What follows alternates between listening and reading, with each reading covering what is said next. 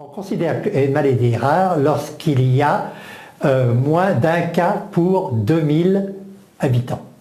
Ce qui veut dire qu'il y a à peu près 3 millions de Français qui ont une maladie rare en France.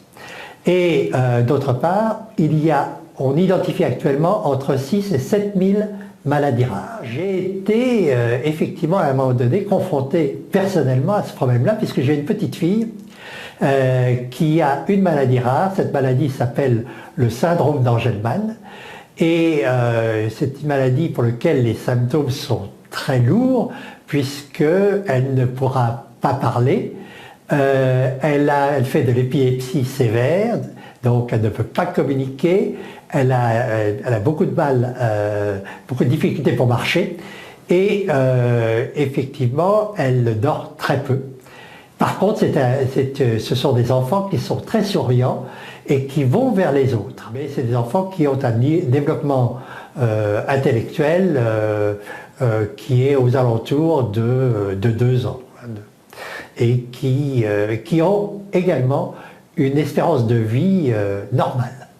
Donc, dans ce cas-là, se pose bien entendu le problème de comment faciliter la vie à cet enfant et la vie à ces enfants qui sont atteints de maladies rares. C'est parce que j'ai été confronté à ça que d'abord, je me suis intéressé à l'association qui regroupe les parents ayant une maladie rare, le syndrome d'Angelman, et qui représente actuellement 400 familles en France.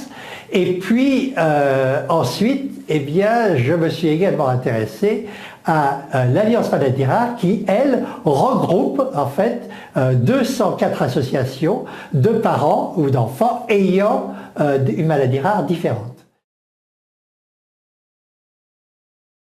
Autour de l'Alliance, il y a d'abord un organisme qui identifie les maladies rares et qui donne les définitions et les symptômes, c'est Orphanet, qui répertorie en fait toutes les maladies rares. Ça, c'est la première chose. Il y a un deuxième organisme qui s'appelle Maladies Rares Infoservice, qui est là, comme son nom l'indique, pour renseigner les familles, pour renseigner les professionnels sur les maladies rares et comment finalement traiter, non pas traiter, mais prendre en charge les patients ayant une maladie rare. Et puis il y a un troisième organisme qui s'appelle Eurordis et qui lui fait la synthèse et les relations avec les autres organismes européens s'intéressant aux maladies rares.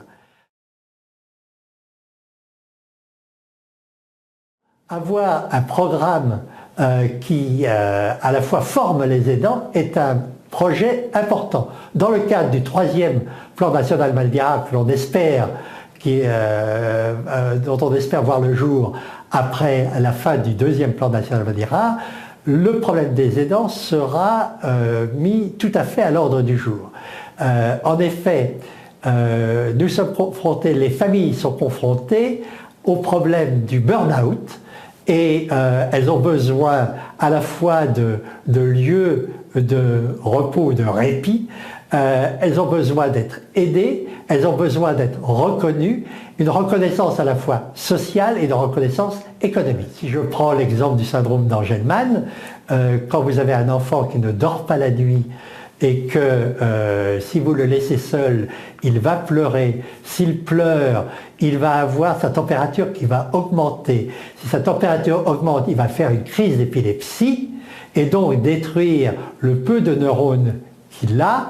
Vous comprendrez que tout le stress et tout le burn-out qui peut naître de la part des parents ayant un enfant Angelman. Le problème de toute personne ayant à s'intéresser aux maladies rares, c'est le problème de l'errance entre les différents spécialistes, les médecins généralistes, les kinés, les pédopsychiatres, etc. Et donc, c'est vraiment une des grandes difficultés auxquelles sont confrontés tous les parents.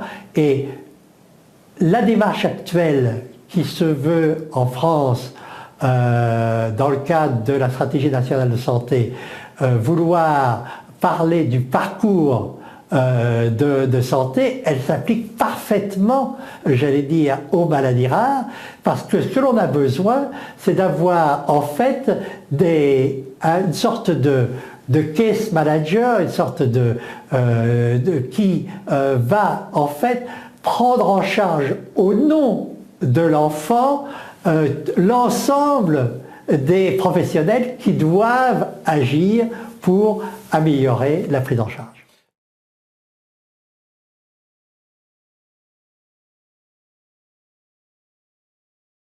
Cette vidéo vous a plu?